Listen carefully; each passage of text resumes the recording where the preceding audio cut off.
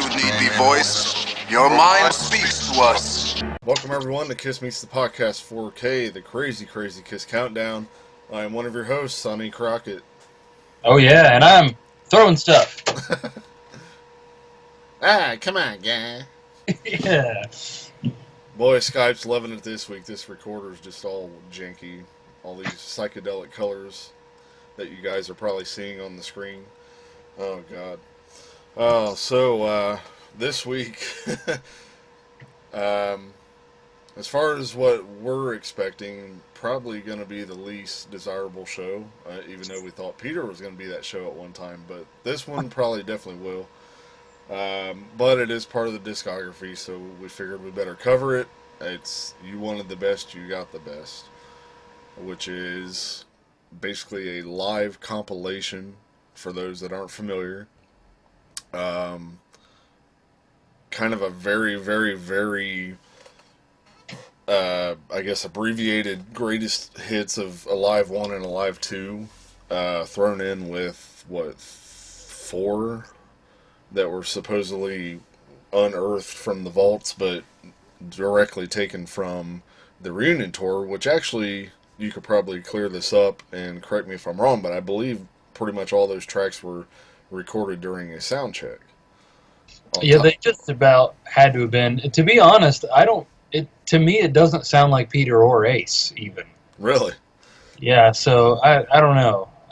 But yeah, there's no doubt, at least in my mind, that this is absolutely not unearthed stuff. Those drums, just like you were saying last week, they sound triggery like Peter's drums did during that period. There have been interviews and Wikipedia both list Bruce Kulick as having played on all 4 of those tracks. Wow. So, yeah. Back the very first time I heard this thing when it came out, and I could tell then even, like, no, this is, you could just tell from all the clips that you heard from the reunion stuff, and, the change in Paul's voice was there too. It was just so obvious. So, again, for those of you that weren't familiar, so basically it's a live compilation, and then, of course, at the very end, for whatever reason, they included a interview that they did with Jay Leno, which, again, to reiterate, we are not including that in this countdown. That is nothing to do with this album, and as far as I'm concerned, it's not music or anything, so why even bother ranking it? It's just stupid. I tried listening to it, and after about the 6th time of Jay Leno just interrupting them while they're trying to talk, I was like, yeah, I'm done. I have personally never been a fan of Jay Leno. I've never found him to be funny. I felt, of all people that should have done the interview, should have been Conan O'Brien, being that he did the whole press conference thing that they did before the reunion tour, and it was like fresh on all that, so I felt like he should have been the one that done the interview, and it probably would have actually been a bit of an entertaining thing to listen to, because he's a lot funnier in my opinion. And so thankfully, because I finally sat down and gave this a listen again last night, because I did need to kind of refresh. Thankfully, the way the vinyl was laid out, that whole interview falls on one whole side by itself, so thankfully I had no trouble, but when that last side was over, bam, take it off, put it away, don't even have to bother hearing that voice. So. Just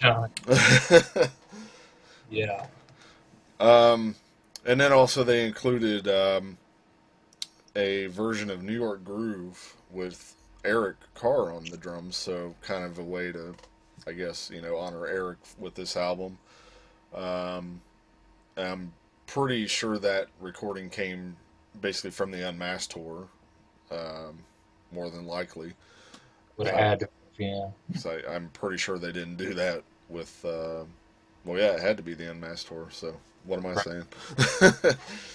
Which that's not on the original version of the CD either. That's correct. Right. I wish it were, because like you said, it was a nice kind of tribute to Eric for it to be on there. And I could be wrong, but there's probably other, versions, Japanese or whatever, that maybe had even more extra tracks, maybe. Something like that. Yeah, I'm sure it's on that Wikipedia page. Right, I'm sure we'll get into all that. Did you include the Newark Groove in your list? I did not. Okay, then I'll go ahead and exit out of mine. I wasn't positive on that. Okay. All right. So this may be a fairly shorter episode as far as us just kind of breezing through these because, again, it's kind of just a rehash of stuff for the most part. Of course, there's, as we're filming this, the reunion tour, end of the road tour just kicked off last night in Vancouver. Thoughts, we got to see some, thanks to the people first of all that live streamed the whole thing on Facebook. I mean, there was a few guys that literally streamed the whole entire concert. I didn't watch the whole thing. I just kind of watched it here and there, and I kind of wanted to wait for some different videos to show up on YouTube and whatnot. And but what were some of your thoughts? I know I was pretty surprised with a lot of stuff. So Yeah, loved the stage set. That thing looked massive. I saw a picture that was from fairly far back, and Gene and Paul and everybody are just so tiny, and the whole rest of it is huge. So super impressed on that. Other than that, I don't know. I'm not 100% sure that I prefer Gene's newer looking costume to the pictures, the promotional pictures. Not a big fan of the set list personally, and of course I love all of those songs, but I was really hoping for some more weird stuff. So I hope they add some other stuff as they go, because to me it just felt like the most obvious set list in the world. right. Damn, excuse me. Yeah. Unfortunately, there were some fake set lists that were floating around earlier in the day. I kind of jumped the gun on that, got a little excited when I saw the one, and then come to realize, not thinking of the time difference, that the show hadn't even started by that point. Right. And I was already kind of skeptical on the set as far as what they did on the cruise because I felt like they were using that as sort of a warm up. However, even though there were some things that weren't, super deep, I was glad to see 100,000 Years come back. Yeah. Let alone Eric gets a solo during it, just like the old days, with Peter. So that's cool to see Eric finally getting a solo again. I know that's something we had discussed at one time. Yeah. Not to mention, I forgot this too, but when Eric did Beth, they actually have a piano now at the front of the stage, and Eric comes out and sits at the piano and sings it. Now, again, I'm not sure if he's actually playing it on the piano or not. Maybe he is. Who knows? I'm not sure, but that's a cool effect too. Yeah. But yeah, I agree with the staging, man. I was just blown away. I mean, I was getting so like giddy and excited just sitting there looking at all these pictures that people were posting and videos, and it was already making me so pumped up just to, for the shows that are going to be around here, and we still have however many months till that happens. And but man, Paul's stage that he flies out to now, it's elevated up in the air, and from what I noticed with Love Gun, he sung the first verse there, kind of the way he always did, facing towards the stage. Well, then there's like a little catwalk over on this side, which, by the way, the stage is shaped like a star. And there's a catwalk. He walked over there. Another microphone was set up. He sang the second verse from there. That was all I saw, so I don't know if, whatever else may have been incorporated. Right. Very excited to see little details like Sam the Serpent return, man. That's Yeah. I know that's kind of. I think we had discussed that too as something we wanted to see, and very cool to see. And with all those little video screens, the little hexagonal and I'm not 100%, but from what I'm getting out of it from a picture I saw, it was during Gene's blood thing. They actually like all those separate ones that were hanging, they had like a video image of Gene's face with blood, and there were different ones. Like one of them was just him, like kind of with his eyes big, and then another one I think was like, I want to say it had his tongue out, and they just kind of had those up on there while he was doing his thing. So I'm sure there was a lot of other details, that we didn't catch. Like I say, I didn't watch the whole thing. I kind of wanted to wait for a little bit better quality videos, but at the same time, don't want to, I guess, totally spoil the whole thing before we see it in person. But Right. yeah, I mean, I'm very very glad to see that you know, they definitely they wasn't pulling any legs this time with how big the production was and the things they were pulling out. So I'm really hoping they stick with that. Right. Gene and Tommy, I noticed at the end for Rock and Roll All Night, they get on their the cherry pickers, but this time they have them. They're on a truss, and then that they get on there. The truss moves out over the crowd, and the thing starts spinning around. Lights coming out of the thing, and they go like all the way back to where the people are in the very back of the crowd. Almost right in their face, and then it starts moving back, and then it, you see them turn, and then they're facing those people that are over on the sides, and they're really cool, man. And then it comes back, and of course they do the whole finish, Paul and smashing the guitar and all that stuff. And oh man, but I agree. Set list wise, yeah, I mean, definitely wish they could have pulled out some better stuff as far as deeper stuff, but again, as usual, they'll probably make some changes here and there, but Right. again, And this is going to be a 3-year tour, so surely you're just going to play that same set the whole time. right. And again, I mean, unfortunately, I still don't see them pulling nothing too deep out, but it would be cool to see them switch some stuff up. Maybe even, every city they change at least a few songs just to make every city, that much more special, I guess. But Right.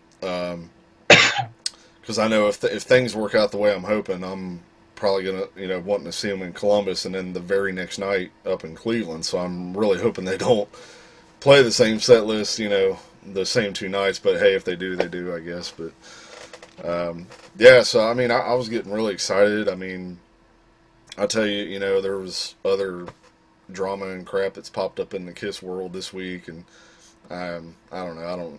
We can get into it or we don't have to, but it was kind of like, I was starting to feel a little torn, and but then after seeing all this stuff, it just, man, it immediately reinvigorated me, and I was, excited again, and just so pumped for it, man. Right. Yeah. It was one of those things where, of course, I was upset about it at the time, just not because I agree with one side or the other, but it's just like, man, I've got enough reminders that everything sucks. Yeah, Can we not have this? But uh, I realized a couple of things, really. One is that this has always been how it's been. They've said worse things about each other. We've just got social media putting it right in front of our faces now. That's the only reason it seems worse. right. And then the other thing was, I don't know if you saw Andrew Scambati's post about it. Did you see that? No, I don't believe I did yet. Oh man, so here's an amended version. I actually copy pasted this because it was so, yes. Amended, of course, but he says, I don't care what Gene or Ace says or have said, whatever was said, posted, or done. Just shut up and listen to Kiss Alive. Don't let your happiness be taken away. Absolutely, man. Spot on, Andrew. Yep. Andrew, by the way, is with the Kiss My Collectibles podcast. For those that don't know, make sure you go check them guys out. I love checking their show out all the time. Andrew also did a great fan film called Greatest Show on Earth. Look for it on Vimeo, maybe YouTube. I think at least the trailer's still up on YouTube, but I think it got pulled. So definitely check Vimeo. But man, that is such a great piece. So and it really comes down to that, because it's like I've always said, I'm just happy to have Kiss either way. We've dealt with this all through the years, and yeah, I mean, yeah, it sucks because again, it goes both ways. It sucks because it felt like Ace was trying so hard, and it felt like he finally got through to Gene, that, hey, look, I'm on the right track. Look at all the stuff that was happening. I mean, him being on the cruise, doing all those appearances with the Vault, and he was at the Expo this past year, and Gene worked with him on the newest album, and Paul on the Origins album, and the music video. It seemed like everything was falling into place, and maybe he was, maybe he felt led to believe, or he was led to believe. I'm not, I don't know. I'm not the fly on the wall with that stuff, but Right. maybe that's. I get the feeling that that's how he feels, is that he almost feels used and taken advantage of, and and then the whole thing with his girlfriend, which they're not married, but I kind of feel like she's pouring some gasoline on it too herself, and again, that's Without a doubt. There's a lot of things about that, because if Gene groped her, and maybe he didn't, I don't know. I feel like if Ace knew about it, he should have said something about it then, because somebody groping your girlfriend is way worse than somebody calling you an alcoholic when you definitely were an alcoholic. yeah. I mean, again, that's that double sided thing, because there it's like, in a way, it's like Ace kind of stood up for Gene over his girlfriend, fiance, because, and to be honest, he was trying to pad that position to get back in the band, because obviously if she had went through with that, that would have ruined things there. But at the same time, it's so again, I look at Ace as in the wrong when it comes to that, if it's true. Right. Um, but it does suck that, because here we thought, one day it was put out there that they're definitely inviting and welcoming Ace and Peter to show up at whenever and come up here and there, and then the very next day, basically, it was just like, bam, there goes. Well, at least as far as Ace goes, it was Right. like, bam, out the window. Um, Yeah. but and again, it's like, I I I can't blame him either, because when you got someone that keeps poking you with that same spear all those years, when you've worked your butt off to get clean and straighten up, and you've stayed that way for 12 years plus now, and you've done more than your share to show that to the person that was throwing the spears, and then they still just use that line all the time. I can understand the frustration. I mean, Oh, yeah. I would get to a point too where it's like, okay, that's enough. Right. And yeah, again, both sides have the good point, because I'm sure that Gene only said that because he was asked, and it is the truthful answer. I'm sorry, but they've been given chances, and they blow it every time. I don't want to put us and them and you guys through that again. Right. Makes sense, but yeah, it is. Now, again, with facts, Ace quit the band twice. He wasn't fired. That's one thing to clear up.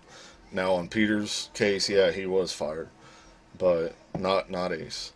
And there, someone even posted a clip of an interview Gene did back in 2001, where he himself cleared that up and specifically said, Ace left on his own, and Paul even flew out to New York at one point during that time, the last time, to try to get him to stick around. Right. And I guess someone did kind of ask Paul about it last night, and he gave a good answer. I mean, he basically was keeping himself out of it, because I guess it's more of a Gene and Ace thing, and he's like, I'm not letting anything. I can't remember the words. I'm paraphrasing, but not letting anything get in his way of thinking right now, because the tour's starting. It's it's all about the music and the band, and putting on that show. So, and again, Right. that's where it comes back to, what, like Andrew said, like a lot of us feel, just listen to the band. Right. Uh, Now we've got two awesome things. We're gonna have Ace's solo band doing Ace's deep cuts off in one direction. We're gonna have Kiss doing their thing, and I mean, I honestly don't think that Ace would have gotten up and played with them because of Tommy being up there in the makeup. You know what I mean? right. And I think, and I know this isn't a super popular opinion. I personally don't want Ace back in Kiss permanently. So I wouldn't have necessarily been happy if that had happened either. Yeah. So, you know, I don't know. For me, this works out. Whatever. Everybody's doing their own thing, and we get a bunch of awesome music because of it. Yeah, I mean, I would have been fine either way if Ace had rejoined. I mean, I think at this point he could have, but definitely not Peter. That's for sure.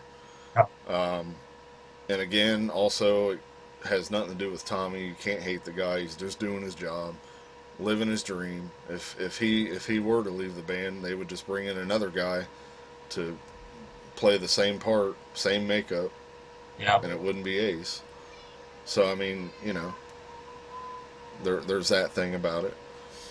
Um, and then with Vinny, who knows? Yeah, that whole thing too.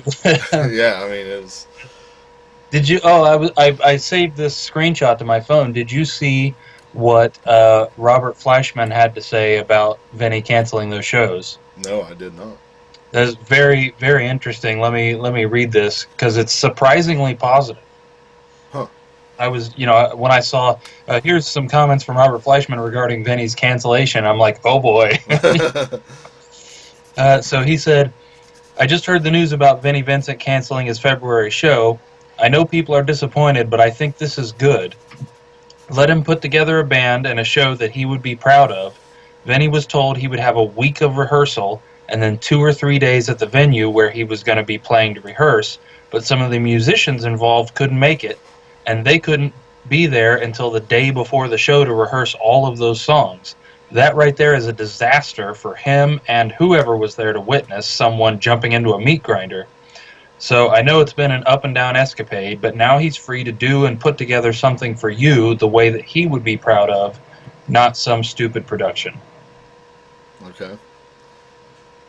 Now, see, but again, though, myself and I know a lot of people feel this way too. We still have no proof that he could still play like that either.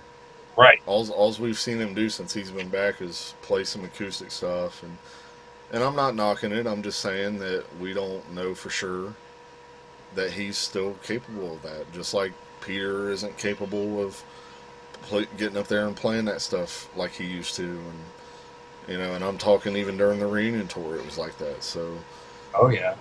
it's Yeah.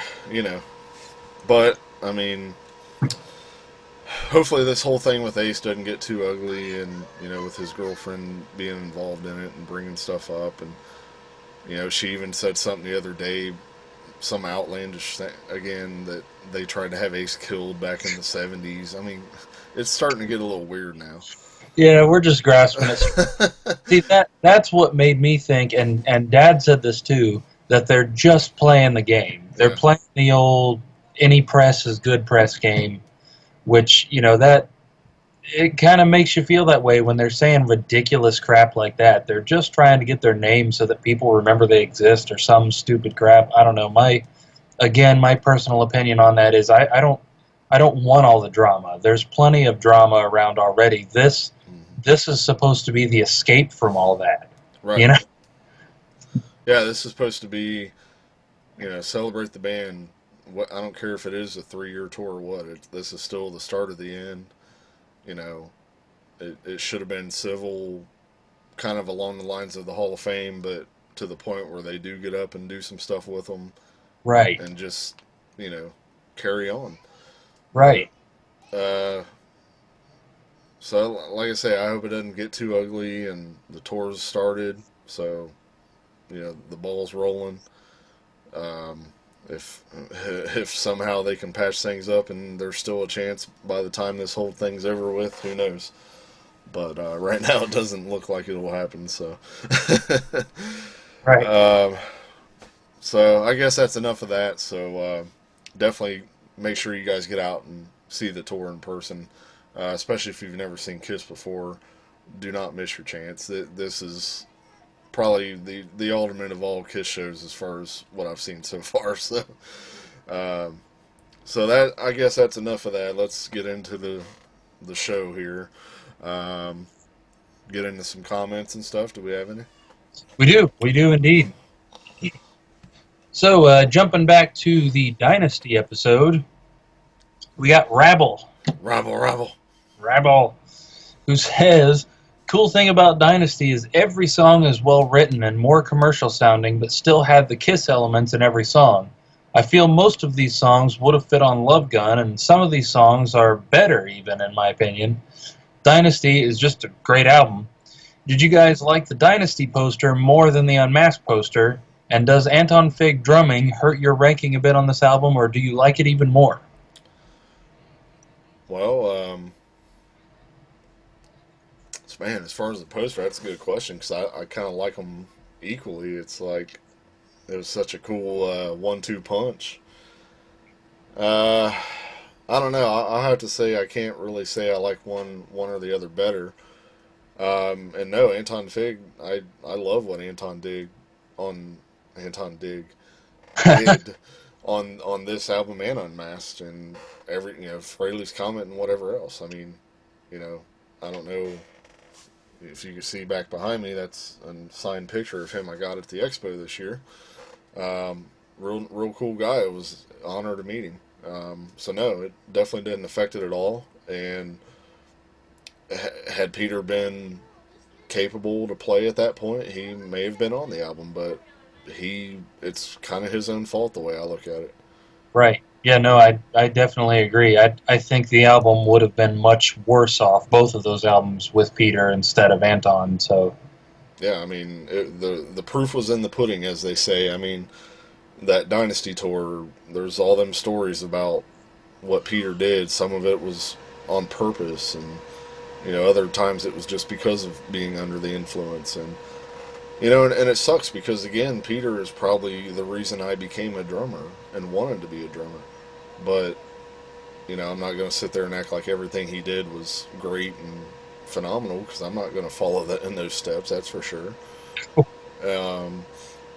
So yeah, I mean, and they even said that Peter went to take lessons and was trying to get himself back into that playing shape, but he just couldn't do it. So that's that. Yeah. But yeah, I think I'm on the same page with the poster too. That's a hard. I feel like I'm leaning a little bit more towards the Dynasty poster, but yeah, that's a tough choice.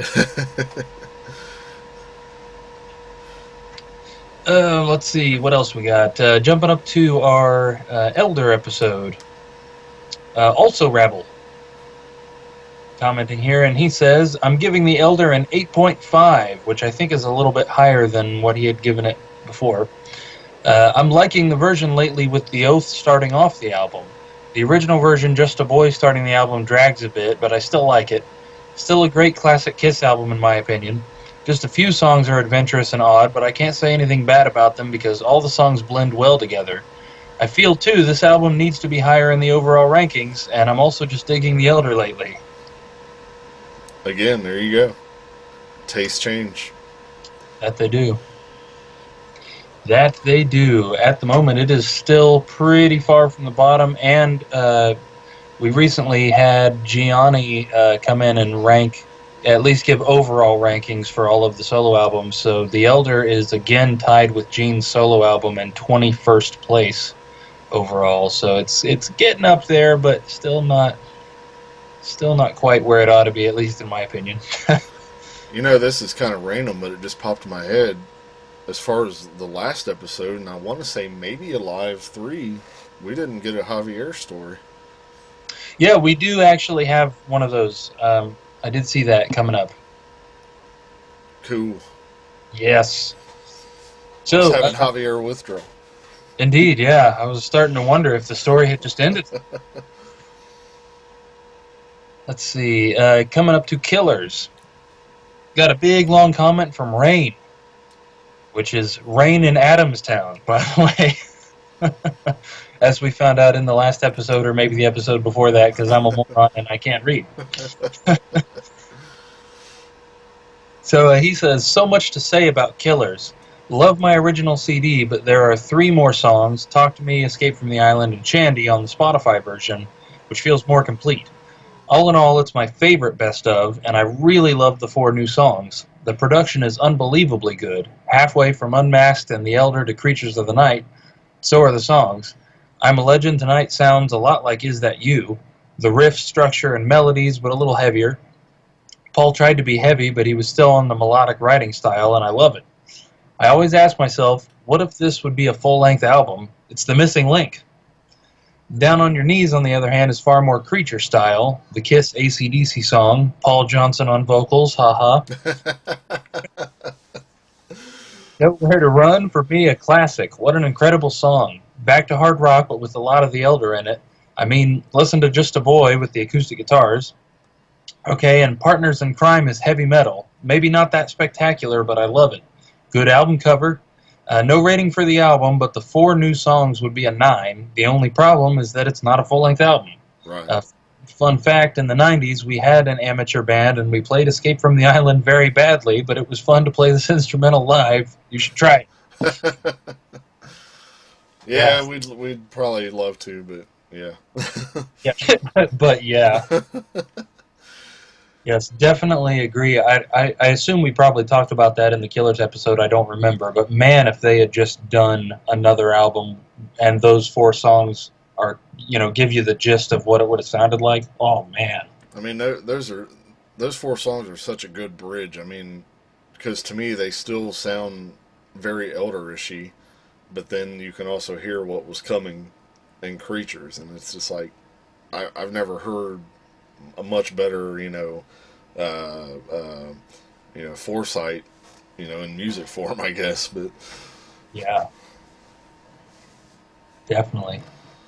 So our updates and catching up on comments video. We got a Javier comment here, and he says, "Thanks, Eli, for the shout out and comments on the fridge. I have received more magnets and buttons to add to it. Luke was correct. I did mean Young and Wasted, which I sort of remember what that's referring to. Something about Eric Carr singing a song, which I think he said fits like a glove or something like that. Oh, yeah. Possibly after doing the reviews of the discography, we can talk about me appearing again on the show." Oh, well, okay. If you want to wait that long, that's fine. You're definitely welcome whenever, so we'll make that happen. Yes, okay, so coming up to Alive 3, we have a full Javier story again. So here is that. Let's see here. And this is referring to Alive 3. He says, "Finally, another official live LP from the band. As I see it, they should have been on Alive 5 by this time in their career." Which, yeah, we definitely agree. Yeah. As much as I like this LP, I wish that they would have left off songs that were on previous live LPs and had realized the live LP from the Hot in the Shade tour instead. Or released, not realized, my bad. The question had been asked for years leading up to Revenge, when will the next Alive LP come out? To not act on that after the Hot in the Shade tour is beyond me.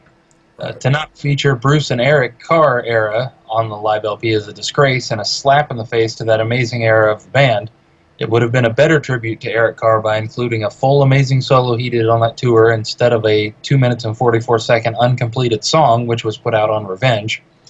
How about adding a new continuing timeline of the evolution of Kiss booklet and a poster celebrating Eric's life and time in the band? This could have been such a way better release.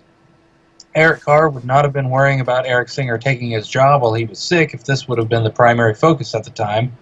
It would have made Paul and Gene look better in the eyes of Eric, his family and friends, and the fans, instead of focusing on recording a new LP with a different drummer. The way Paul and Gene conducted themselves during this time is very saddening. They complain about how Ace and Peter handled themselves during their time in the band. At least Ace and Peter had drugs and alcohol to explain for their actions. Neither Paul nor Gene has a logical reasons for their actions other than being Class A douchebags. Yeah, and interestingly, too, he wrote all of that before all of this new controversy. Exactly. That just kind of, gives more cushion to what Ace said. I mean, and we know that. We know Gene and Paul can be like that very well. I mean, I agree with what you said there, Javier. Yeah, they could have done a lot more to kind of commemorate Eric. Yeah. And just like this album we're getting ready to do, they put New York Groove, which, I'm sorry, but that's the most basic of basic drum beats. They could have put something that, God, I'm trying to think what song he would have even done his solo on during those shows, but they could have at least put that with his live solo. That would have been pretty cool. Yeah. Oh yeah. Definitely. Let's see. So up to last week's episode, MTV Unplugged now. We got a few comments on this one. Whoa, what is going on? Let me. There we go. Whoa. All right. Well, apparently we've gotten more comments on this episode just since I opened it before, because there were 6 comments and I refreshed it and it now says 9. Wow. Okay, so we do have a Carnival of Souls rating from Jay, so we'll get that in for next week's episode. He hates it, apparently. He's given it a 0.5 out of 10. Wow. Wow. All right. We also have a comment from Javier on this one. Yeah, this is one of the ones that was not there when I was looking at this before. Wait, he gave no reason why it's a 0.5? Oh, okay. Jay says, I give Carnival of Souls a 0.5 because I hate grunge, and the only thing I like is the chorus of Master and Slave. Oh, okay. I thought you meant Unplugged. I'm sorry. Nope. No. Carnival of Souls. Okay. I mean, I still don't agree, to be honest. But, I mean, okay. Right. Whatever works for you. Let's see. So Javier, talking about Unplugged here, he says, what an amazing LP. I was 24 and living on my own when this LP was released. I heard talk before this aired on MTV that Peter and Ace would be making an appearance. At the time, this was to be airing on TV, and I didn't have cable. Luckily for me, I had a friend who lived in the same apartment complex that did. So I went over to his place to watch it and recorded onto a VHS tape. Setlist blew my mind, and the band sounded great. Once Peter and Ace came out, I was beside myself. I had been waiting for this moment to happen for so many years, and now that it was happening, I struggled to hold back tears. This is one of my favorite Kiss moments in my fandom. I knew from that moment that it was only a matter of time that a full-blown reunion tour would be happening. I personally wish that after the farewell tour, instead of it being a farewell to Peter and Ace like Paul claims, that it was a farewell to the makeup version of the band and that the band would go back to being unmasked, but now become a 6-man band. That way the vocals could be shared among the members, helping Paul for the future, and Eric could help pick up Peter's slack on drums. As great as this LP is, there is one thing I do not like on the CD and one thing on the video. I hate to disagree with you, Eli, but that middle part of I Still Love You is absolutely terrible. I can't express enough how much I hate when Paul does that in the middle of this great song. To me, it ruins this perfect song, and speaking of ruining things, maybe if Paul didn't push his voice like that for so many years, he could still have a voice to perform with and not sound terrible. True. Right. As for the video, of all the podcasts I've heard about this particular LP, this has never been mentioned, so I'm going to mention it. What bothers me is at the end of Nothing to Lose, Peter does a small drum roll and somewhat loses his balance and just about falls off his stool. Love was able to hold on to the drum before that could happen. I just don't get why they would not edit that part out. It must not bother most people since I've never heard anyone mention it, but it just bugs the crap out of me. I don't know if I've ever noticed that. Me either, so thanks a lot. Now I'm going to play it again and go to that song and watch that. Holy crap, that's kind of funny. But yeah, great point. Why wouldn't they edit that out? See, another reason I love this show. I mean, here's a thing that's, 20, going on 23 years old now. Just watched it again recently after we did the show.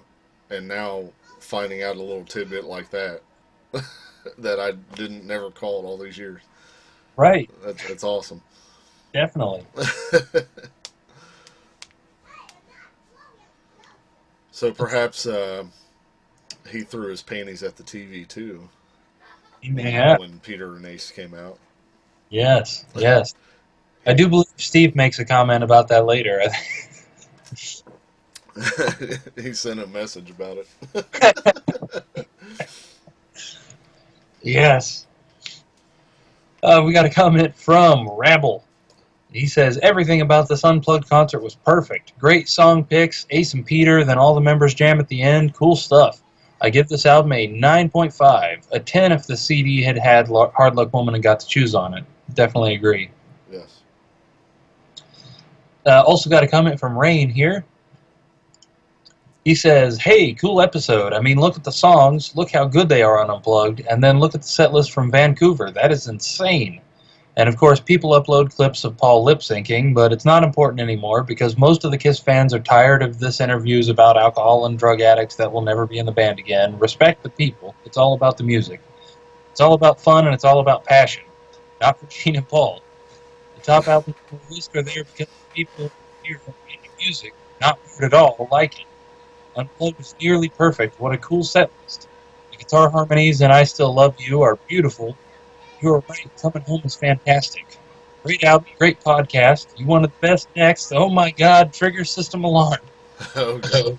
And then Carnival of Souls or an End of the Road episode. Would be nice to hear what you have to say about the set list, stage set, and so on. Well, I guess we kind of covered a little bit of that in this episode, so there you go, a 2 for 1. Yes, we did. And I would imagine when we go and actually see it, we may even have a dedicated episode then just to kind of recap that. You're right in my head, because I was going to say I would like to do that and even have as many people that want to come on and discuss it with us and just talk about it, you know. Right. I'm excited just to get the tour book, too, just by the looks of the tour book. I'm like, you know, it's got like sort of a holographic type color, it's awesome. Right. Also got 2 comments from Brad Holderman. And he says, while conceptually a bit of a mess, I've never quite understood the hate on Music from the Elder. There's some really good tunes out there. Like AC/DC's Maximum Overdrive, Escape from the Island is a great hard rock instrumental. For me personally, I could also feel the band was trying to move past the solo albums Dynasty on Mass Period. The opening riffs of The Oath told me KISS was getting back into it. I was also hearing Eric Carr for the first time. I was 16 and wondered if I could hear a difference from Peter Criss. Some of these tunes deserve live performances. I'm not going to rank all the albums, but since I'm commenting on The Elder, I'll give it an 8. And since we're talking about Unplugged, that one's a 9. I was blown away how great some of these tunes are acoustically, and a 6-man KISS lineup playing one of my favorites, Nothing to Lose. There you go. Man, that's got to help out Elder a little bit with those two rankings alone. Yep, it did knock the Elder up to a 6.0 out of 10. Nice. That is handy. We've also got Rabble here commented on Brad's comment. And he says, I've been listening to both versions of The Elder lately. Just a great, different piece of work by the band. I remember seeing KISS on Solid Gold, and I was shocked to hear the change in music because it sounded nothing like anything they'd ever done before, and I was excited. In my mind, The Elder never flopped. I was 9 years old and just loved the album, or cassette tape, LOL. Yes. We've also got Gianni commented on this episode, and he says, my vote for Unplugged is 8 out of 10. Great gig and a real opportunity to see the original Spaceman and Catman back. Some songs are much better in this version, like Domino or Going Blind. About the general KISS catalog poll, I add also the solo albums that I forgot to mention. My favorite is Ace with an 8 out of 10. Second is A Deuce, he says. Paul and Gene, both 7. And last is Peter with a 6.5. Thank you again. Can't wait for the Carnival of Souls episodes. Keep rocking. Sweet. We also have a comment from William Curry, who just says, yuck, Peter Criss. Wild Bill Curry, huh? Yes. Who apparently does not like Peter Criss. Okay. All right, so that's it for our comments. Let's do some album information. Alrighty. Yeah. You Wanted the Best, You Got the Best is a live hits album released by the American hard rock band KISS. Who saw that coming? The album was issued to coincide with the group's 1996-97 Alive Worldwide tour. All of the songs on the album are live versions, mostly being taken from Alive and Alive 2, but some have been previously unreleased. They, of course, as we talked about earlier, claim that they are outtakes from the Alive and Alive 2 era, but there is a lot of speculation as to whether that's the case. We'll be talking a lot about that, I would imagine, during this. Again, here it says, in an interview with Latent Image magazine in 1998, Bruce Kulick stated that he participated in some aspects of this album in the studio, although he did not comment on the extent of his involvement. However, if you look further down the Wikipedia page, it lists him as having done lead guitar on Room Service 2, Timer, Let Me Know, and Take Me. This album was released on June 25th, 1996.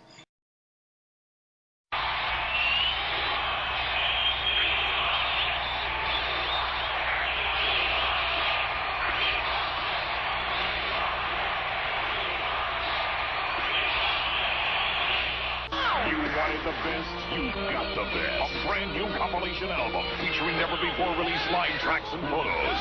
And an amazing bonus interview with Ace, Peter, Gene, and Paul. What can I do? Yes, you wanted the best, you got the best. On Mercury cassette CDs and double vinyl with a bonus track. Making it just about a year before Carnival of Souls, which is kind of weird. This thing got just absolutely crap ratings all around. Looks like, at least according to Wikipedia, New York Groove is the only bonus track on all of the versions, which it was a Japanese thing, and it was also released as a promotional single at Blockbuster. Nice. So, of course, we've got just the normal Paul, Gene, Ace, and Peter. The Wikipedia personnel lists Eric Carr for having drummed on New York Groove, and again, Bruce Kulick. This album did reach number 17 on the Billboard charts and has been certified gold.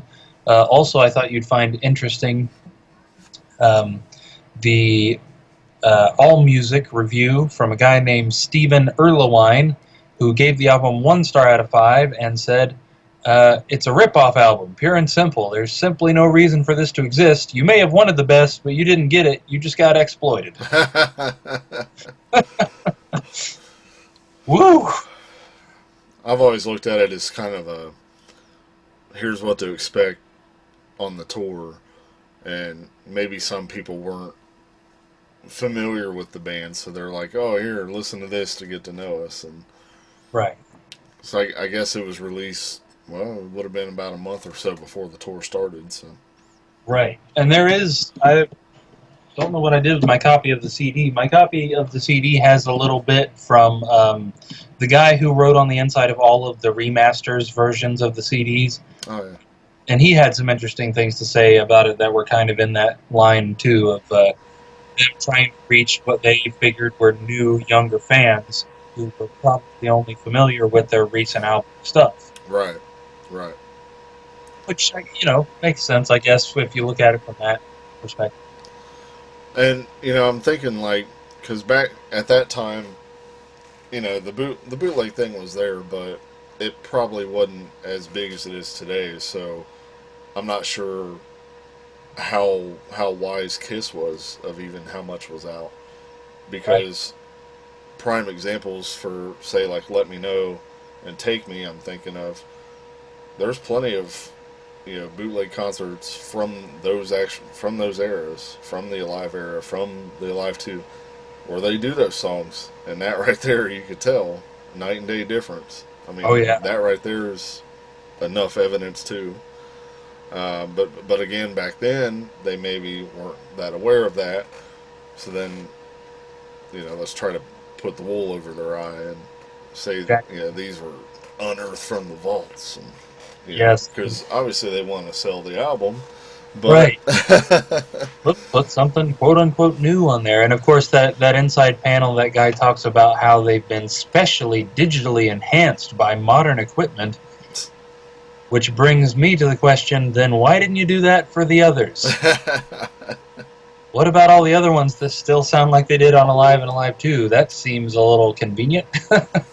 And then again, as far as the vinyl, I forgot to pull it back out, but it's 2 records just put into one sleeve, not even a gatefold, no special inner sleeves. They could have at least made the packaging a little, at least with the CD they went as far as putting it in like a red case, and And even that looks kind of dumb. Yeah, it's very weird. And then the CD, I know it has like, if I remember right, it's like silver and like orange, and it's like a kind of a, I don't know, comic type image of them in that orange.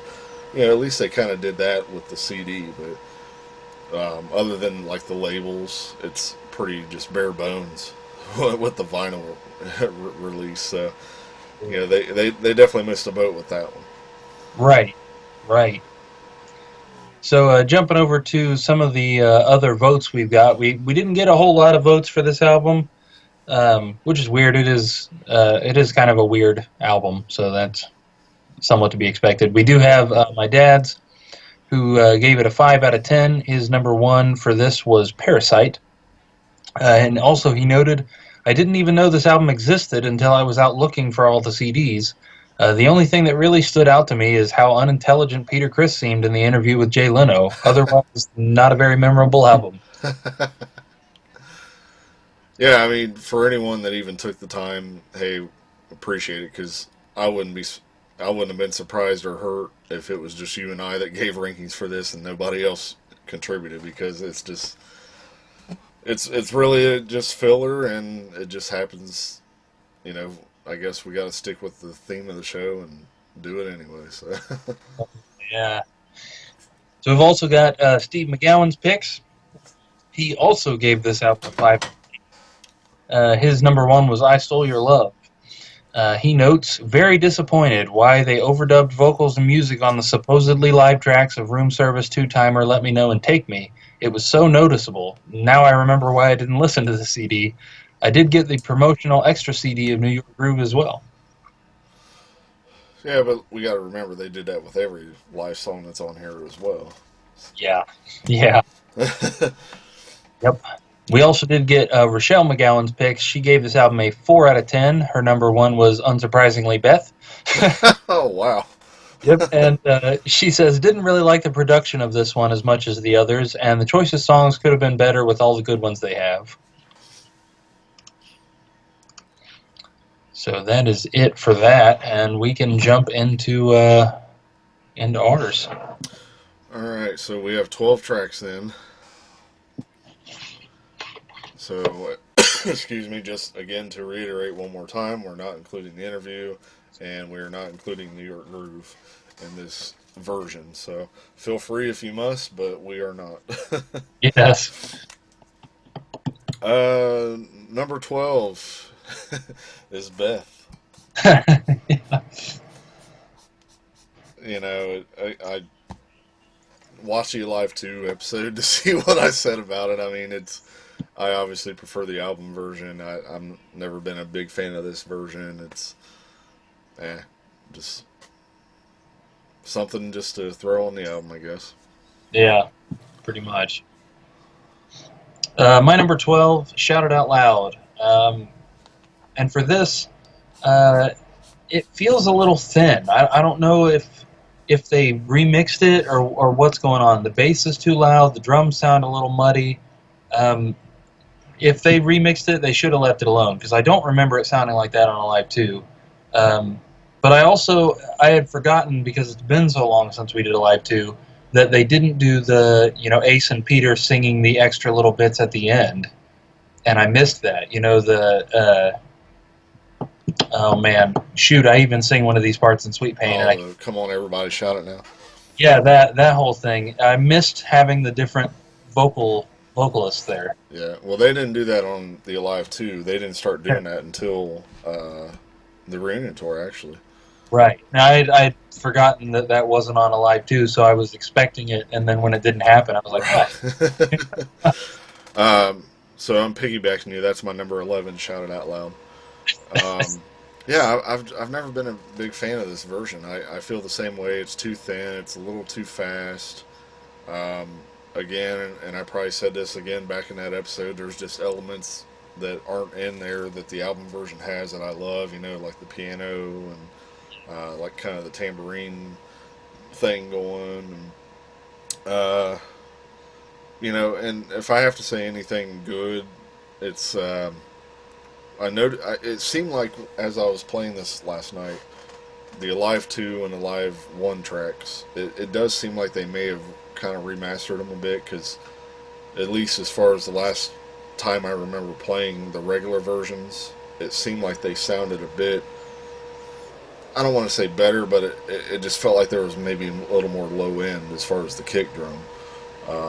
So I felt like that kind of helped them out a tad bit, but yeah, just not a fan of that version of Shout It Out Loud overall. So.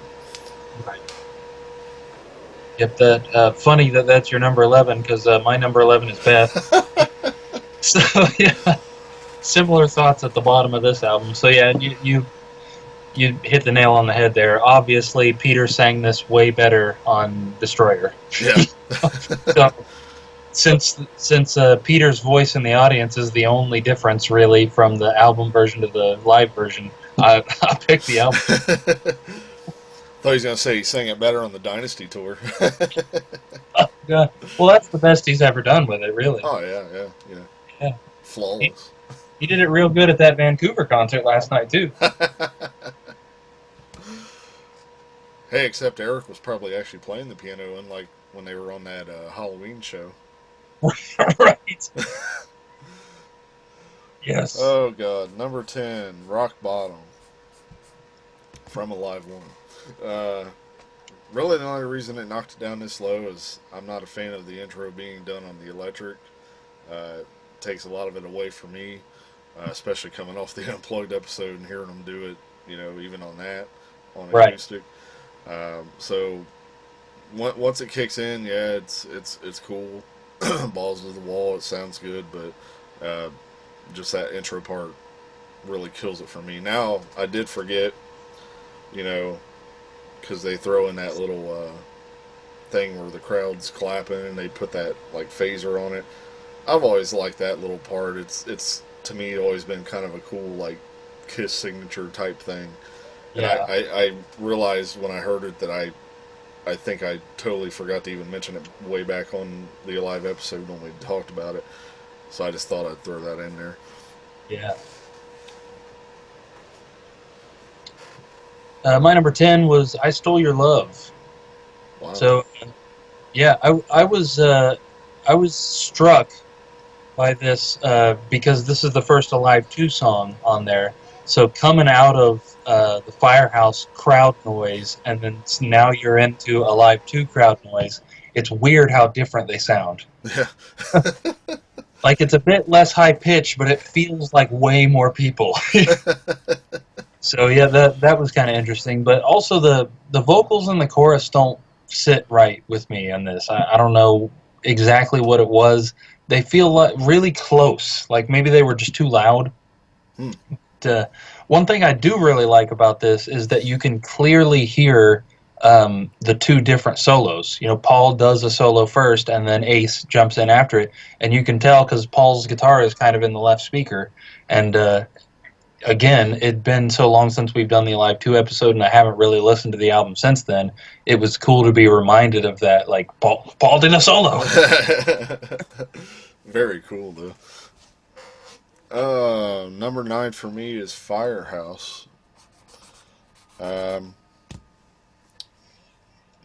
really too much to say, to be honest. I mean, it's a good, straightforward version, and that's all. Yeah. I mean, they're sorry. Yeah. So my number 9, Let Me Know. So yeah, this being the first of the old ones, it sounds to me like maybe it was based on a live version, like maybe they just overdubbed instead of just flat out redoing it, because Paul's voice on this one actually kind of sounds like early Paul to me. Now, none of the other new ones sound like old Paul or old Gene, but this one sort of kind of does, so I'm not sure. But the drums definitely still sound triggery, and one thing that stood out to me that put this one at the bottom of my list was, man, there are so many bass mistakes. Yeah. I don't know if Gene just hadn't played this one for a while or what, but holy crap. And I felt like the bass stands out a lot on those tracks. Like, the kick drum doesn't really have that, that thump to it, but the bass sure does. Yeah.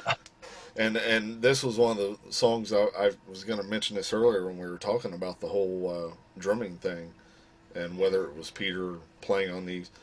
When I was listening to Let Me Know and that kind of that fill there at the beginning of it, it kind of it didn't really sound Peter like to me, and it kind of sounded a little too.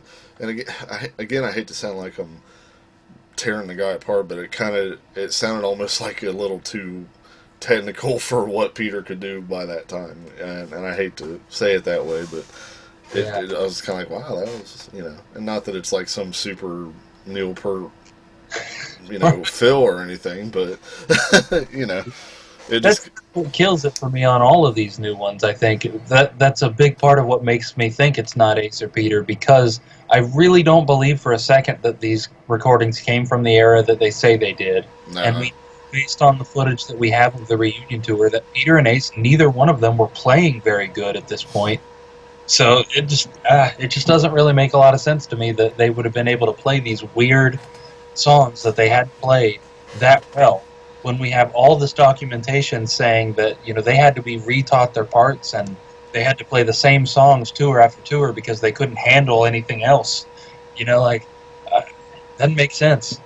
And again, there's great versions out there from the Alive era. Yeah, listen to that's fine.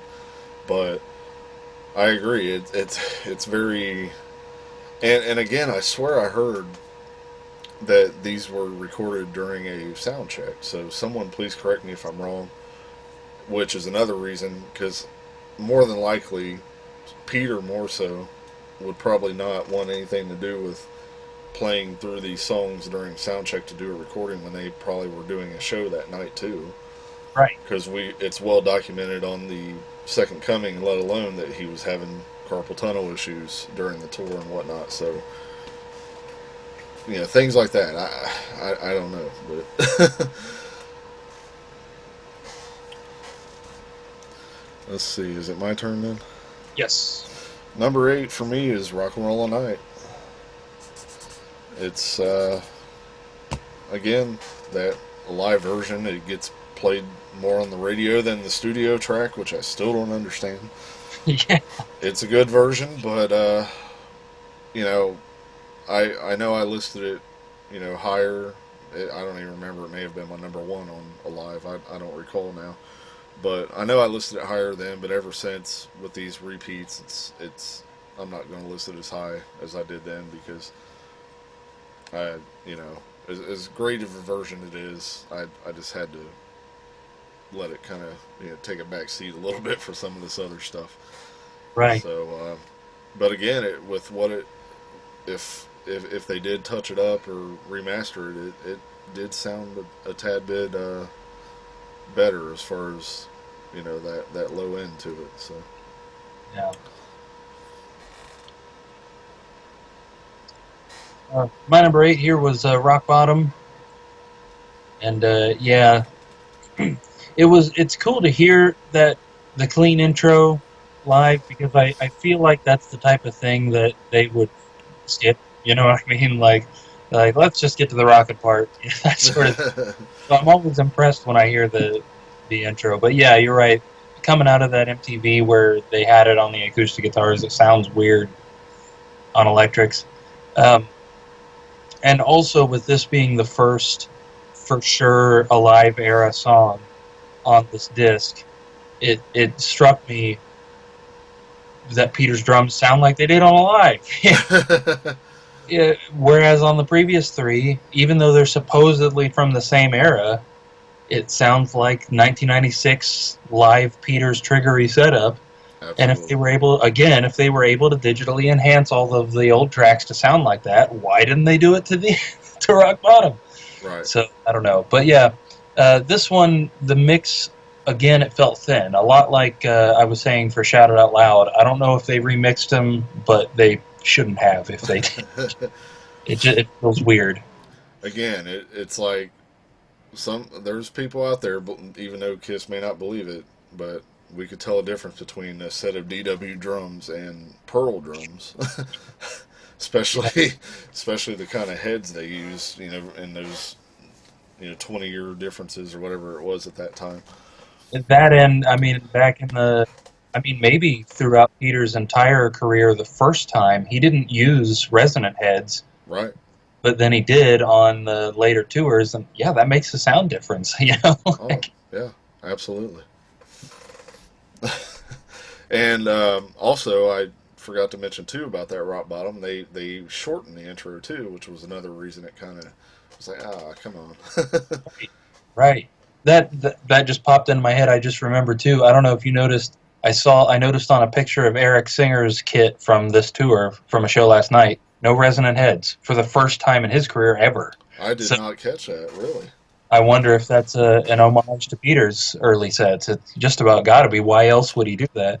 I wonder if it'll make a difference in the way his drums have been sounding. Because again, that's something I know I've complained about, and I've told Eric in person. So maybe he's really, and don't take this the wrong way. I'm not trying to say it's because of me, because that's by far but maybe he has, because he agreed. Like, he wasn't happy with the way his drums sounded on the Vegas and Monster, and so maybe he had been working with his tech and wanted to try something like that. So Yeah. I'm very curious now to see a better quality video to hear how the drums sound, let alone how they're going to sound live. So Right. very cool.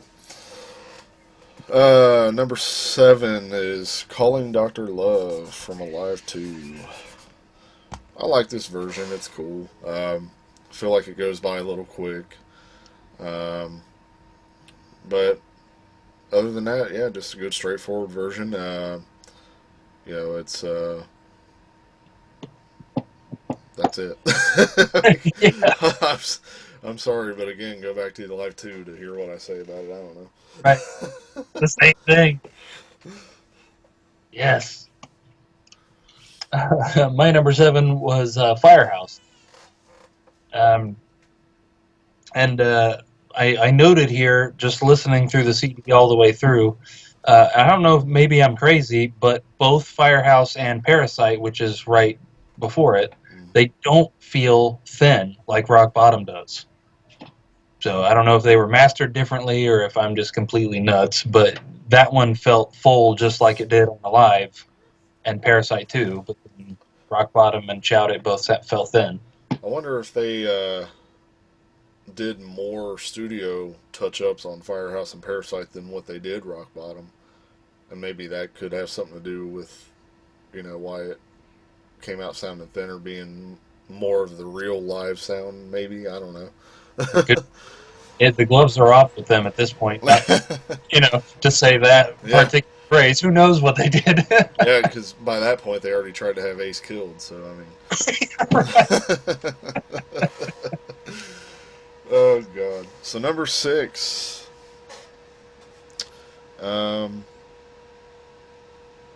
Finally getting into the, as you said, the old vault stuff. Two-timer. Kind of interesting that the song opens up with the first 2 tracks that are on Dress to Kill. Yeah. And at first it was like, oh my god, like, I've never heard them do these songs live, so it was cool right away to hear them. But then again, it's like, no, these aren't from that period. That's enough. There's no way you could tell me either way. So, but yeah, it's a good song. I've always dug this song, whether the studio version. I thought they, even though these songs are from that reunion period, I still think they sound good. I mean, there's not too many issues, so I felt like Two-Timer came off pretty well, and sounded remarkably close to the album as far as Gene's vocals and stuff. So, always felt like it was a bit of an underrated one. So, yeah, really enjoy that song. Definitely. My number 6, Dr. Love. Yeah, nothing. I don't know. Yeah. The just like Live 2, I think I mentioned this back then. It scares me how obvious the background vocals and the chorus were so clearly overdubbed. And also, I noted here, I kind of forgot about the phaser, because there's some of that phaser again on Peter's drum fills, and I totally spaced that. Oh, that's right. Yeah, yeah. So, but other than that, yeah, same thing. And that's a little just detail things that we'll have to work on as far as our band, because every time we do Dr. Love towards the end, we like do too many of those fills than Yeah. what they really do. So I Yeah. definitely want to work on that, because that's something we'll have to bring in. Uh, on that note, though, number 5 for me, following up with those, is the first track on the album, Room Service. And oddly, opening the album with the Alive 2 intro, but then they go into Room Service from the reunion era. Very odd. but, um, but again, I love this song too. I love how both those songs lead off Dress to Kill. And again, I thought this one turned out really well also. And it's definitely two songs I would love to see them pull out now, especially.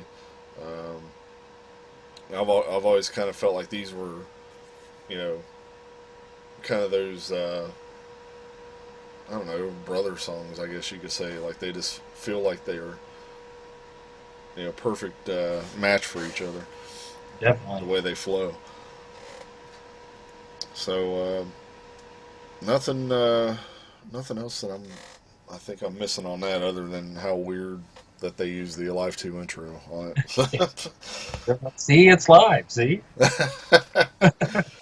Oh, but no, it's really from the Alive era, but yet they put the Alive 2 intro on it.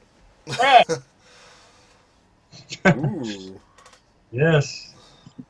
So my number 6 or 5. I don't know where we're on. I'm lost.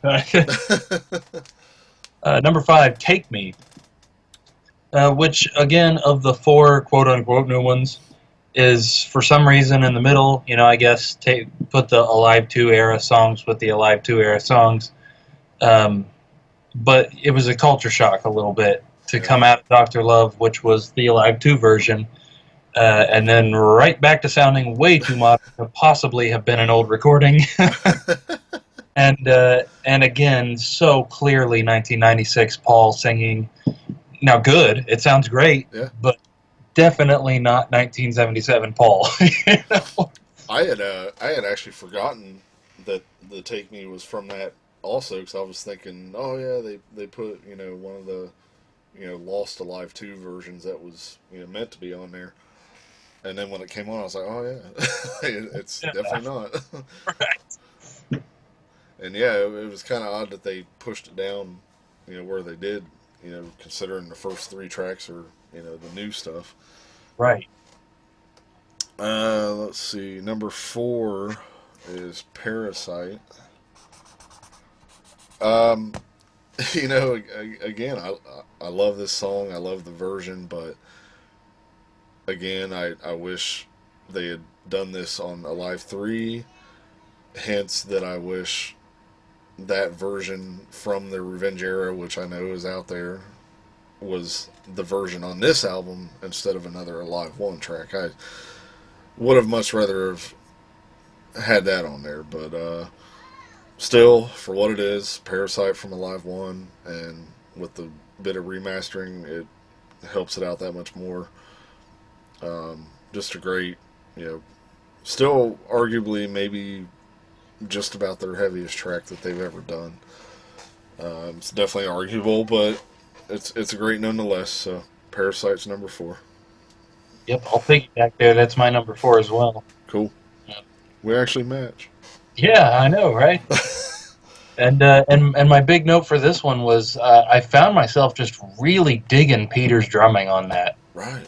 I know it's the Alive version again, but this one stuck out to me of all of the ones on this album. It's just like, man, I'm reminded of how good he was when he was in his prime and before he started all the crap that he was doing.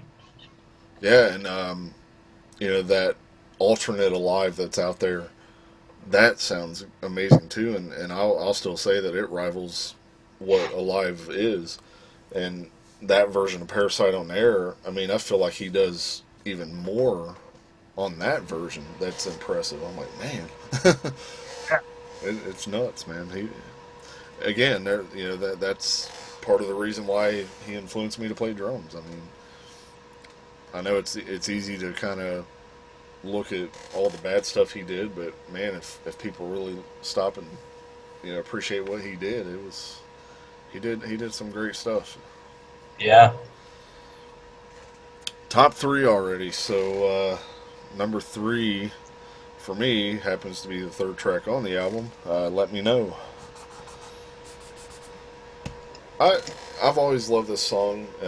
Again, I felt like they did a great job on this. I like how they actually piggybacked this with two-timer to actually give it more of a live feel, where it just starts as soon as that last note hits. And again, like I was saying though, with the drum intro, it kind of doesn't sound like Peter. But as far as the rest of the song, I thought it sounded really good. And nice to hear that song after all this time. yeah, and it's another one that it's like, why don't they bring it back? I mean, especially now when it's the end of the road. That's, to me, like Let Me Know is kind of like, I don't know, the first Kiss song in a way. Like, to me, it's got that feel to it and that rawness, and it's like they should be playing this one now on the final tour, you know. Right. I've always Let Me Know and Let Me Go Rock and Roll as kind of brother songs too. Absolutely. So that's my number three. Let Me Know. My number three is actually two-timer.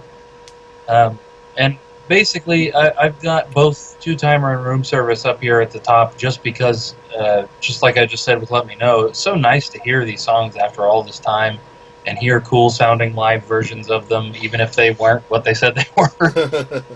But, to me, the intro of two-timer actually sounds like it might have been live. You know, you can hear whoever it is playing lead guitar kind of struggling to get up to the harmony note occasionally, which could be interpreted as live or could be interpreted as them trying too hard to make it seem like it's live. True. Yeah, but of course, as soon as the kind of song proper kicks in, it sounds studio. Clearly, 1996 Gene's voice again. The song seems really slow to me, too, which I know the studio version is slow. It sounds like the studio version, but I feel like if this had been live, it would have been a lot faster than what we're hearing here. And another small thing I forgot about that, too, is how the drums come in late on the intro. Right. So, like you said, that gives it kind of a live feel, too, and because, you know, it's just guitar and bass, and then the drums, boom, boom, boom. Right. Which I forgot to mention with Let Me Know, it obviously, by the sound of it, came from one of the Coventry shows. You could just tell it sounds so old like that. So, original stuff. Yeah. Oh God, number two. Take Me. I was, this is one that I will say that I do like this particular version as far as live verse better than what the way they did perform it back in the actual, you know, 76, 77. Back then it was, you know, Gene was too much there. Right, yeah. On this version it's much more subtle. It's still got that heaviness to it. Sounds good. Paul's vocals on it, you know, still have that. It's, you know, kind of heavy in a way. It's again, it's just another song that I really love and would wish they would pull back out. Definitely,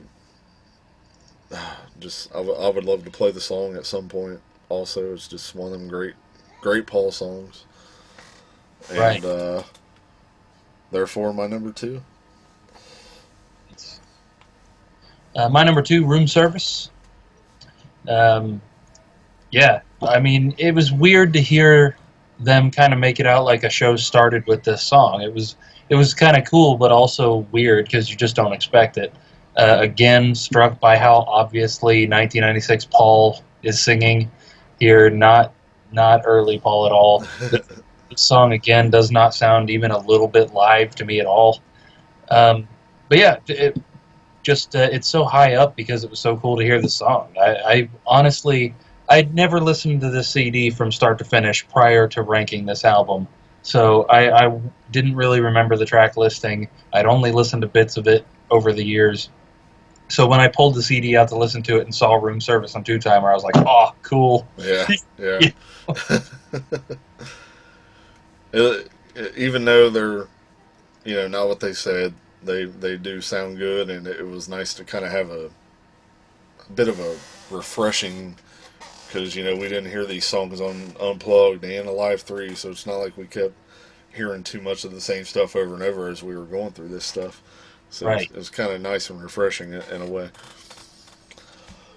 So number one, and turns out I match Mr. Calvin Klein himself, Steve. I Stole Your Love. And kind of wasn't expecting this to be my number one going into it, to be honest. But I'll tell you what, it's like the more I listen to this song, whether it's the album version or the live version, the more I realize how much I love this song. And it's like it starts to become almost my favorite Kiss song every time I hear it. And especially then, there's just something about that Alive 2 version that, again, I unfortunately wasn't alive or anything to be around during that period, but to me it just feels like, it feels and sounds like the perfect song for that time period of Kiss, just the look, and with everything that was going on in that time, and with the merchandise, and it just has that feel to it. And and it's one of them songs, especially the Alive 2, as soon as I hear that, I could just immediately picture in my head, what, the costumes, and, the stage and all that. And so, yeah, I mean, just love this song. So, again, wasn't expecting it to be my number one, because it definitely wasn't my number one with Alive 2, but in this case, I mean, it just, again, that's how much things change in months that pass. So. Right. Would it be number one on Alive 2 now? Maybe, probably not still, but it would probably definitely move up from wherever I ranked it on that original episode. Right. Yeah, that both of us kind of ended up with that sort of feeling too, because my number one is Rock and Roll All Night, and I definitely would not have seen that coming. Yeah. And for me, I think this was just it kind of deserves to be number one somewhere. You know what I mean? And Right. and since this album was practically a crapshoot, and a bit disappointing with them trying to claim things that were so clearly not right. Yeah, and it's the same version from Alive and from Killers. It's the same, so it's not like there's any, like you said, there's nothing super special. But one weird thing that struck me about this is, what's with the track listing on this CD? Okay, so we touched on it already, because you could kind of argue that they're trying to keep the Alive and the Alive 2 era, right? But why Rock and Roll All Night at the end? Were they trying to replicate the concert feel? So, like, if that's the case, why the first three tracks being the first three? Those should have been in the middle. The disc should have started with, like, I Stole Your Love, or even Take Me. Right, right. I really don't understand why Rock and Roll All Night's at the end when all of the other Alive stuff is at the beginning. So I don't know whose idea that was, but that, and the CD definitely should not have ended with Beth either. So you can't just put that one up. They should have just rearranged the whole thing. It's funny you say that, because I'll have that same thought, like, oh yeah, it's sequenced kind of like the show would be. But then again, like you said, it's like, well, then there's those questions. So Yeah. uh, Weird. and then let alone with the vinyl version and whatever, they put New York Groove as the technical last song, which Ugh.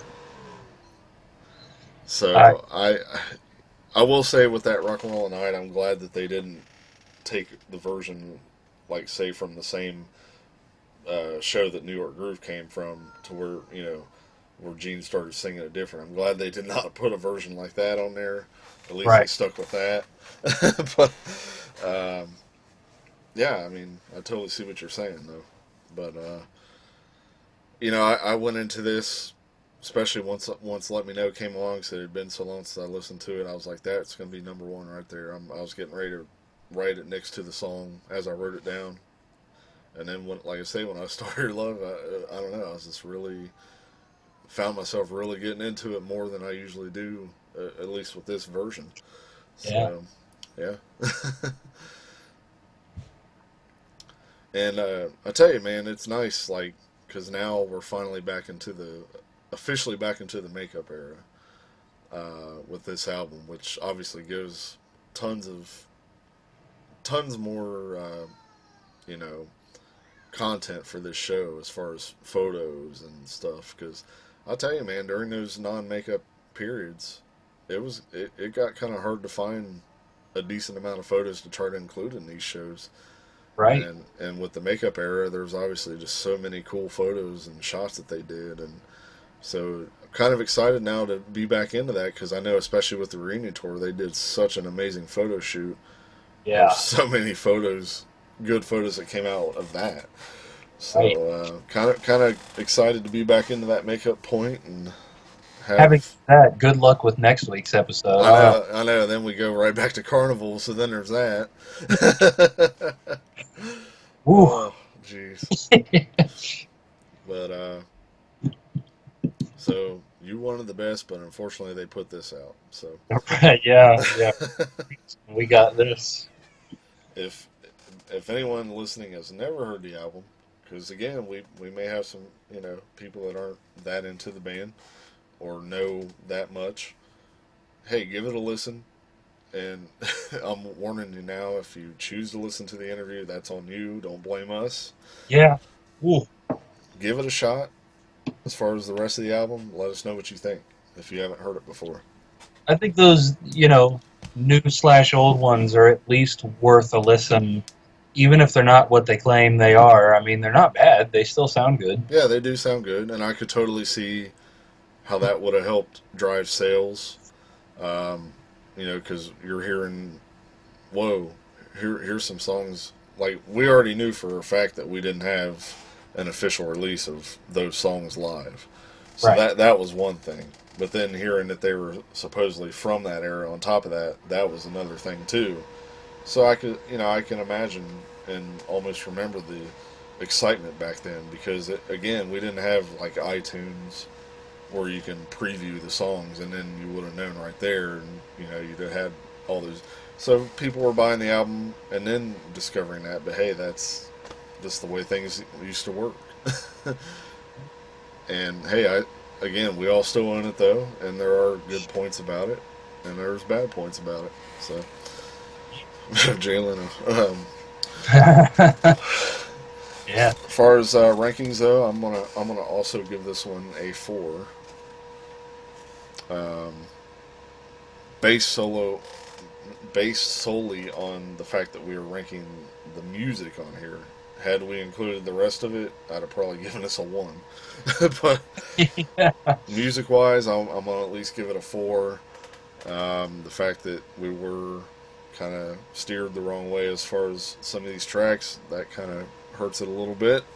Yeah. But yeah, I'm gonna give it a 4 because again, with all the rest of the songs in their proper settings on Alive and Alive 2, those were a whole different thing in itself. Those deserve the rankings they had then for me. So solid full. Well, I did a lot of thinking about ranking for this on my part, and I really wasn't kidding when I described this album earlier as basically a crapshoot. Yeah, for me, between the interview and them claiming things that were clearly not true, and then all of the other songs being stuff we've heard before, this album to me is not the slightest bit special. I gave it a 2 out of 10. which is probably the lowest rating I'm going to give any of these. I think that is the lowest. Right. So yeah, I totally could skip this one if I ever went through the entire discography again. It's interesting for, like I just said, for those 4 basically new ones, but other than that, yeah, you wanted the best, you just got exploited. Yeah. Yeah, honestly, I rarely would see myself playing the whole thing through ever again. All I would probably play is those 4 songs. Man, probably New York Groove too, at least. I mean, that is Right. different. But that's about it. I mean, again, if I want to hear the other ones, I'm going to put it on, the albums that they were originally on in that order that they were in, the way they're meant to be heard. Right. But again, I mean, at the time, this was just selling on the excitement and the nostalgia and the reunion we thought would never happen, and all that stuff. So they were just banking on it, and it was probably a lot of it probably came down to whatever their contract with the record label. They had to have so many releases put out, so then they just kind of did this as a filler, just like they. To be honest, they basically looked at Carnival that way. To be honest, I mean, even though that's kind of become elder to the way I kind of refer to it, as far as how it's kind of become the second cult favorite album, I guess, among Kiss fans. Right. So that's how I've always kind of looked at this. You wanted the best, kind of just a filler. Again, it's almost like I don't know, an audio tour book, if that makes sense. Like here's an example of what they did in the past, and blah blah, blah blah blah, and hear them talk, hear them tell all. Pfft, yeah, right. Uh-huh. Oh, and I forgot too, that little paragraph inside the CD describes that interview as being a legitimate conversation where they didn't even know they were recording, and it was just them backstage. I'm like, no, he's asking them questions. It's an interview. They have mics on. Like, yeah. Jeez. Yeah, if that were the case, they would have not included it on the album. Right. Again, today versus back then, we know a lot more about what was going on backstage, and there's bits of video and whatnot out there to prove that. So, yeah. There is one. This just popped into my head. There's one point, I don't remember what's said, but there's a really, really genuine Paul Stanley laugh in that interview, and that was weird. I'm not sure I'd ever heard, and it was something Ace or Peter said even. Oh yeah, Paul's like old man laugh that he does. I love it. I love that when he does that like chuckle. And it's like, but it was kind of, I don't know if nice is the right word for that, but just to feel for a second, it's like, okay, maybe there was a little bit of camaraderie there. Right, and to be like the devil's advocate, maybe when they did the interview, maybe things still were good at the time. Maybe that was before people got in Peter's head and whatnot, So maybe a part of me likes to think of it that way. But again, with Jay Leno, that's the big deal breaker for me. I just have never been a fan of his. I can't stand listening to his voice. I've got plenty of other Kiss interview, VHS and records that I'd rather listen to than hearing Jay Leno's voice asking them questions. So that does it for You Wanted the Best. And again, if you're not familiar with the album, give it a shot. Interested to see if anyone else puts much input on this. We understand if you don't. Trust us, we know. Yeah. But sounds like next week is definitely going to be a fun episode of Carnival of Souls. Seems like there's a lot of interest in this album, a lot of people looking forward to it. And we should have at least a guest or so joining us, as far as, if I'm not mistaken. Wanted to be on that one. Hopefully we will get that to come together. Yeah. So make sure you get those votes in for Carnival, and again, let's go ahead and take it further. Get them in for Psycho Circus too. That's to me, that's going to be another fun one to do. So again, regardless of what we know now about that album, to me that was still a pretty special one. So. All right, well, that's going to do it. Again, get out there, see the tour. If any of our viewers or listeners have hit any of the shows, or let us know what shows you're going to go to, and share any of the experiences with us. Please share some photos on our Facebook page. Come on the show, tell us all about it. Like we were saying earlier, especially once we attend a show ourselves, we're definitely wanting to do an episode on that. So, lot to look forward to now that the tour is officially here, and nothing but excitement and celebration. Stay away from all the negative crap. Good Lord, yes. And just keep enjoying the band, and support Ace on his own. He's got sold out shows already, and whatever else happens. So. All right, then. That's going to do it. So until next week, for Carnival Souls, we will see you later. Whoops.